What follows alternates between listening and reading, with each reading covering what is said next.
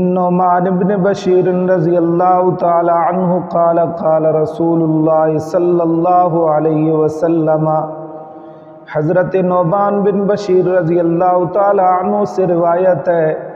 وہ فرماتے ہیں کہ امام الانبیاء پیغمبر حضرت محمد الرسول اللہ صلی اللہ تعالی علیہ وسلم نے فرمایا، ان اہون اہل النار عذابا، بے شک جہنمیوں میں سب سے ہلکا باعتبار عذاب کے، ملہو وہ شخص ہوگا کہ اس کے لیے نعلان و شراکان من نار، دو جوتے اور ان کے اوپر دو تسمے ہوں گے آگ کے، یغلی منہما دماغہ، جوش مارے گا ان دونوں کی وجہ سے اس کا دماغ، کما یغلی المرجلو، جیسا کہ ہنڈیا دیگ جوش مارتی ہے، ما یرا ان احدا،